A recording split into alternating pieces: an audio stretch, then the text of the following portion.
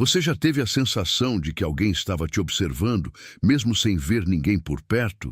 Aquela inquietação estranha, aquele peso no peito, aquela pergunta silenciosa que sobe da alma. Será que alguém me conhece de verdade? Não apenas o que eu mostro para o mundo. Não o personagem que eu construo nas redes sociais, nas reuniões de trabalho, nas conversas de família, mas o que há dentro. O que há na escuridão dos pensamentos de madrugada, nos medos que nunca saem pela boca, nas dúvidas que esconço até de mim mesmo. Essa pergunta é tão antiga quanto a humanidade.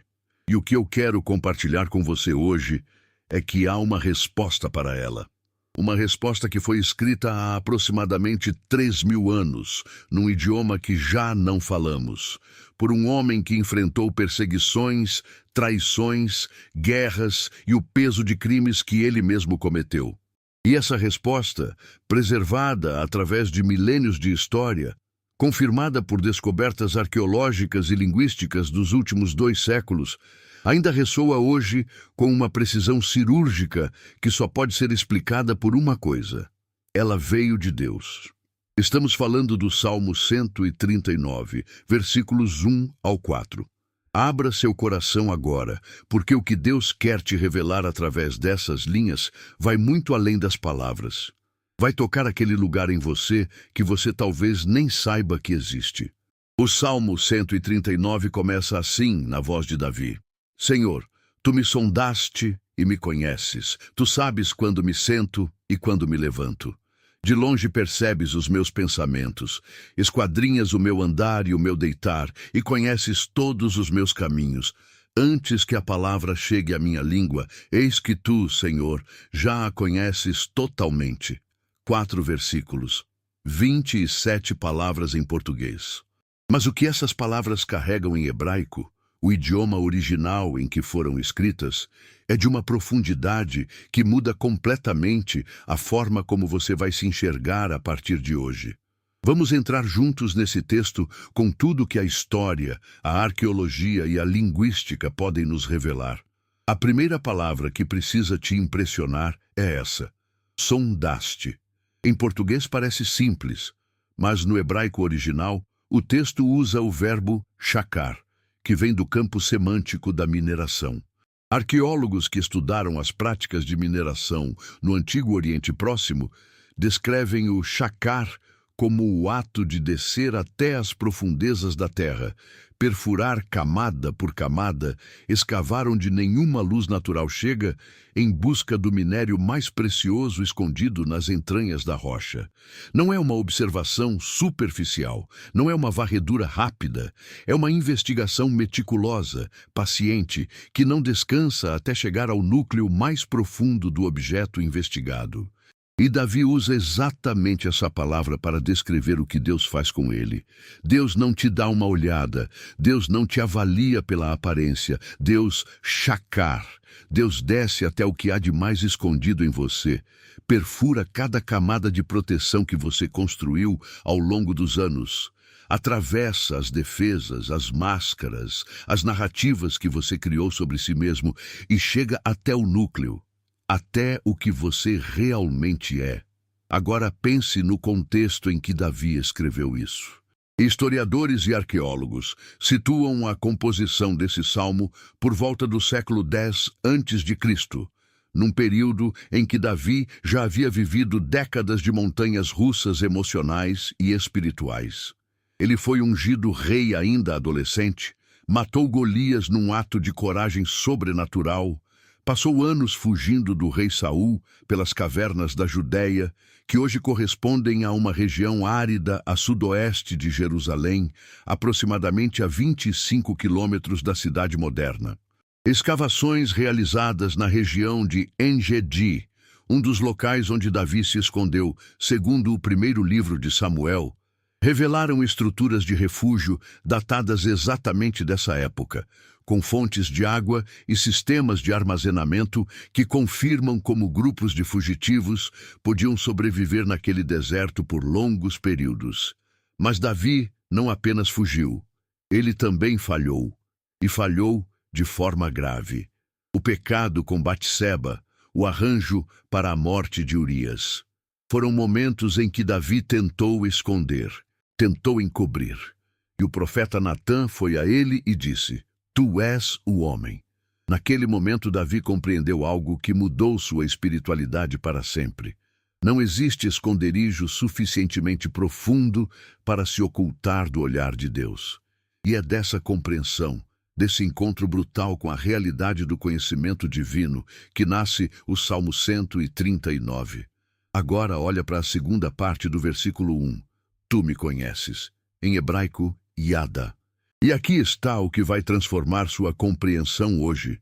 A palavra Yada, no hebraico bíblico, não é um conhecimento intelectual. Não é o tipo de conhecimento que você adquire lendo um livro ou estudando uma matéria. O Yada é o conhecimento que nasce da intimidade profunda. Estudiosos de linguística semítica explicam que o Yada é usado no Antigo Testamento tanto para descrever o relacionamento conjugal mais íntimo, quanto para descrever a relação entre Deus e o ser humano que ele criou. É um conhecimento que vem da comunhão, da presença, do tempo compartilhado, do cuidado que percebe cada detalhe. Quando Deus diz que te conhece pelo Yada, Ele não está dizendo que tem um arquivo sobre você. Ele está dizendo que há uma intimidade entre Ele e você que transcende qualquer forma de conhecimento humano. Ele não sabe sobre você. Ele te conhece. Há uma diferença abismal. O versículo 2 avança nessa revelação de uma forma que, quanto mais você pensa, mais impressionante se torna. Tu sabes quando me sento e quando me levanto. Isso pode soar como vigilância. Pode soar até invasivo para uma mentalidade moderna. Mas olha o que o contexto cultural da época revela. Antropólogos culturais que estudam a sociedade da antiga Israel explicam que sentar e levantar eram gestos carregados de significado social e espiritual. Sentar era o ato de repouso, de estudo, de tomada de decisão. Nos tribunais antigos, o juiz que se levantava sinalizava que o julgamento havia chegado ao fim. Levantar era o ato de ação, de movimento, de resposta a uma convocação. Quando um discípulo se levantava diante de seu mestre, era sinal de reverência e disposição para obedecer. Quando um guerreiro se levantava no acampamento, era o momento de partir para a batalha. Então, quando Davi diz, tu sabes quando me sento e quando me levanto, ele está dizendo algo muito mais profundo do que tu me observas nos meus movimentos físicos. Ele está dizendo, tu conheces cada momento de descanso e cada momento de ação na minha vida. Tu sabes quando estou em repouso espiritual e quando estou sendo chamado a agir. Tu conheces meu ritmo completo. E então vem uma das afirmações mais audaciosas da Bíblia inteira. De longe, percebes os meus pensamentos. Em hebraico, a palavra traduzida como de longe é merashok, que literalmente significa da distância. Estudiosos debatem se esse de longe é uma referência espacial, como se Deus estivesse em algum lugar nos céus e, mesmo assim, percebesse os pensamentos de Davi, ou se é uma referência temporal, significando que Deus percebe os pensamentos antes mesmo que eles se formem completamente. Mas aqui vem o que mais me impressiona nessa expressão. A palavra hebraica traduzida como percebe é bin, que carrega o sentido de discernir, distinguir, compreender a fundo, separar o que é essencial do que é superficial. Não é apenas captar o pensamento, é entendê-lo em toda a sua complexidade, nos seus motivos mais escondidos, nas suas camadas mais profundas. Não é possível esconder pensamentos de Deus, nem os de gratidão, nem os de dúvida, nem os de raiva, nem os de desejo, nem os de arrependimento. Deus os percebe todos, e os percebe com uma compreensão que vai além de qualquer capacidade humana de autoconhecimento. Arqueólogos que estudaram textos do Antigo Egito e da Mesopotâmia, civilizações contemporâneas à época de Davi, descobriram algo fascinante. Tanto os egípcios quanto os babilônios acreditavam que seus deuses podiam observar ações humanas. Mas a ideia de um Deus que percebe pensamentos era revolucionária na antiguidade. Os deuses das nações vizinhas tinham poder sobre o corpo e sobre os atos. O Deus de Israel, o Deus de Davi, tinha acesso ao interior da mente e do coração. Especialistas em história das religiões antigas explicam que esse conceito de um Deus que conhece os pensamentos dos homens era uma das características mais distintivas do monoteísmo hebraico, em contraste com todas as outras tradições religiosas da região. E o versículo 3 aprofunda ainda mais: esquadrinhas o meu andar e o meu deitar. A palavra hebraica aqui para esquadrinhas é zara, que é o mesmo verbo usado para descrever o processo de separar o trigo do joio. O agricultor que joeia o grão está separando meticulosamente o que é valioso do que é inútil. Deus olha para o seu andar, para o seu caminho de vida, com essa mesma atenção cuidadosa. Não para te condenar, não para te pegar em erro, mas para separar o que é precioso em você do que é joio, do que é acidente, do que é resultado de feridas e não da sua essência. E conheces todos os meus caminhos. Novamente, o yada, mas agora aplicado aos caminhos. No mundo antigo, o caminho era muito mais do que um percurso físico. Documentos hebraicos e do Antigo Oriente Próximo revelam que a palavra para caminho, derek, em hebraico, era uma metáfora poderosa para o padrão de vida de uma pessoa, sua filosofia prática, sua maneira de se mover pelo mundo, suas escolhas recorrentes, seus hábitos, sua direção de vida. Quando Deus conhece todos os seus derek, Ele conhece não apenas onde você esteve, mas para onde você está indo. Não apenas suas escolhas passadas, mas o padrão das suas escolhas, a gramática da sua vida. Historiadores que estudam a cultura hebraica explicam que o conceito de dois caminhos permeava toda a sabedoria israelita. Havia o caminho da vida e o caminho da morte, o caminho do justo e o caminho do ímpio. E a grande promessa implícita nesse versículo é que Deus, ao conhecer todos os seus caminhos, tem capacidade de te guiar do caminho errado para o caminho certo. O conhecimento divino não é apenas diagnóstico, ele é o pré-requisito para a orientação. E então chegamos ao versículo 4, o mais surpreendente de todos. Antes que a palavra chegue à minha língua, eis que tu, Senhor, já a conheces totalmente. Pense no que isso significa. Antes que você formule a frase, antes que as palavras saiam, antes mesmo que o pensamento se organize em linguagem, Deus já sabe o que você vai dizer. A palavra traduzida como totalmente aqui é kulá, em hebraico, que significa inteiramente, completamente, sem deixar nada de fora. Deus não conhece parcialmente o que você vai dizer. Ele conhece completamente todo o contexto, toda a emoção por trás das palavras, toda a intenção, consciente ou não, que vai colorir cada sílaba. Neurolinguistas modernos afirmam que as palavras que saem pela boca são apenas a camada mais superficial de um processo complexíssimo que começa muito antes, em camadas profundas do processamento cerebral, passando por filtros emocionais, memórias, associações culturais e intenções conscientes e inconscientes. Em outras palavras, quando você abre a boca para falar, o que sai é o resultado de um processo muito mais longo e complexo do que você consegue perceber. E Deus conhece esse processo inteiro, cada etapa, cada camada. Agora me deixa te fazer uma pergunta que pode mudar tudo para você. Diante dessa revelação, como você se sente? Assustado? Exposto? Vulnerável? Por séculos, a teologia ocidental tendeu a usar a onisciência de Deus como um instrumento de pressão moral. Deus está te vendo, como se o conhecimento divino fosse uma câmera de segurança espiritual, monitorando transgressões para registrar no livro das obras. Mas olha para o tom do Salmo 139.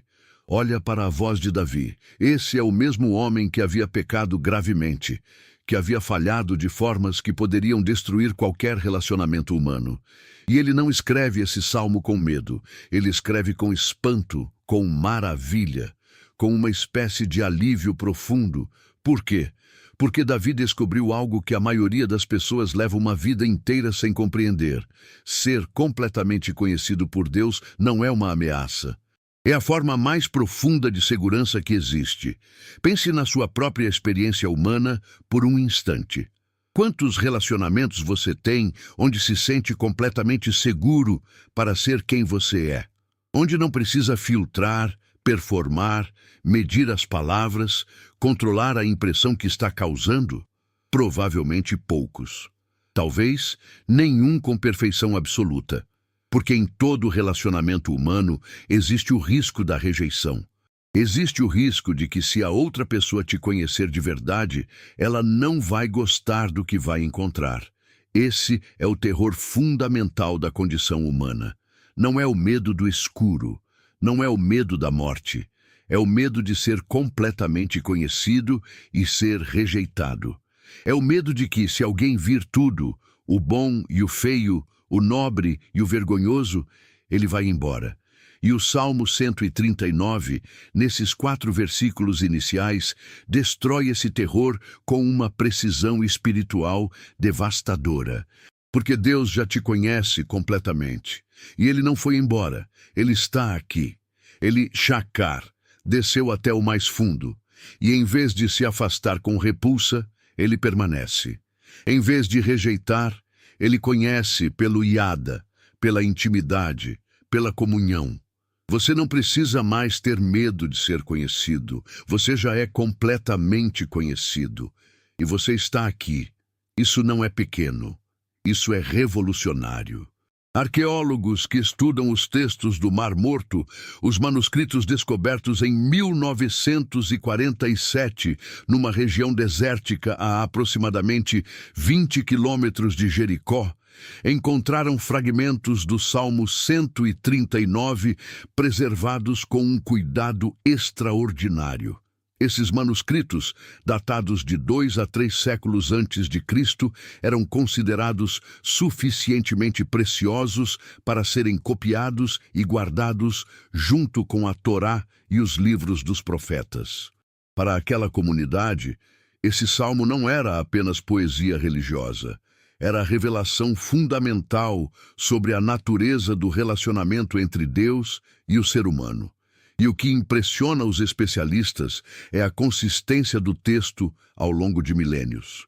A essência do que Davi escreveu há 3.000 anos chegou até nós preservada com uma fidelidade notável, confirmada por comparações com os pergaminhos do Mar Morto, com a Septuaginta, a tradução grega do Antigo Testamento, feita por volta do 3º século antes de Cristo, e com os manuscritos masoréticos que formam a base das nossas Bíblias modernas.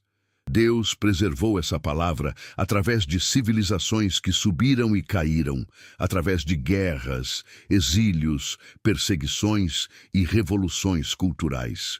Por quê? Porque ela precisava chegar até você hoje. Agora eu quero que você faça algo antes de terminar de ouvir essa mensagem.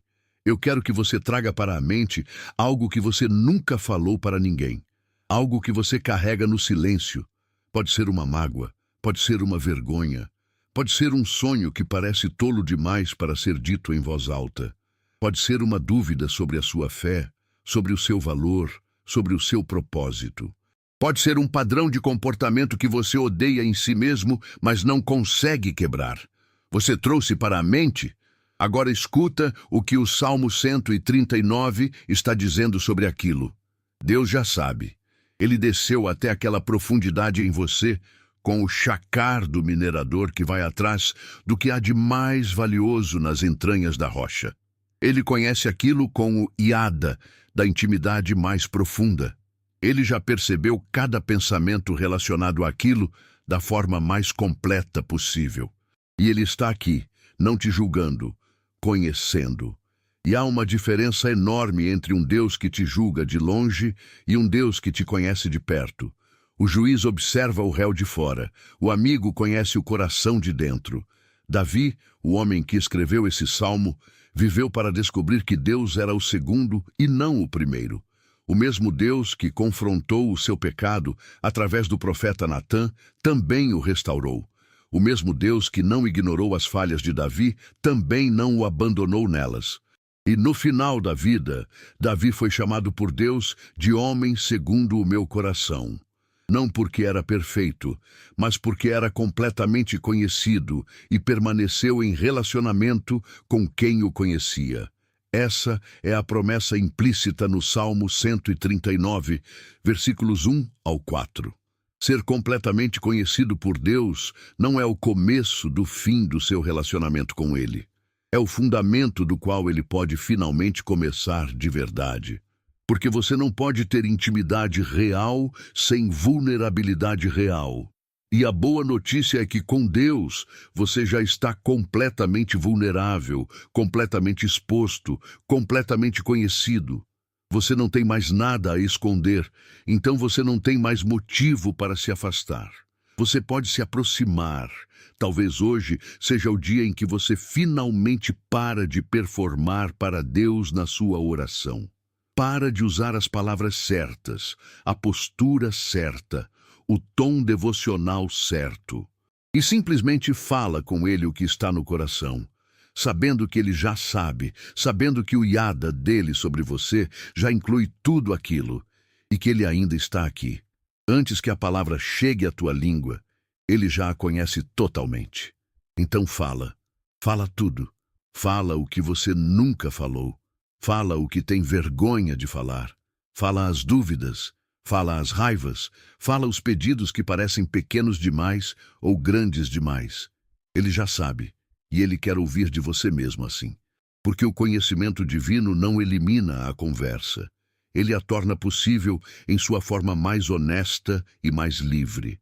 Se essa revelação tocou o seu coração, se algo nessa mensagem acordou em você um desejo de se aproximar de um Deus que te conhece completamente e não te abandonou, eu te convido a compartilhar essa palavra, não porque um número de visualizações importa, mas porque há alguém na sua vida que está carregando um segredo pesado, alguém que está com medo de ser conhecido, alguém que está se afastando de Deus exatamente porque acha que se Deus visse tudo, não haveria mais lugar para Ele. Manda essa mensagem para essa pessoa. Ela precisa saber que Deus já viu tudo e ainda está chamando.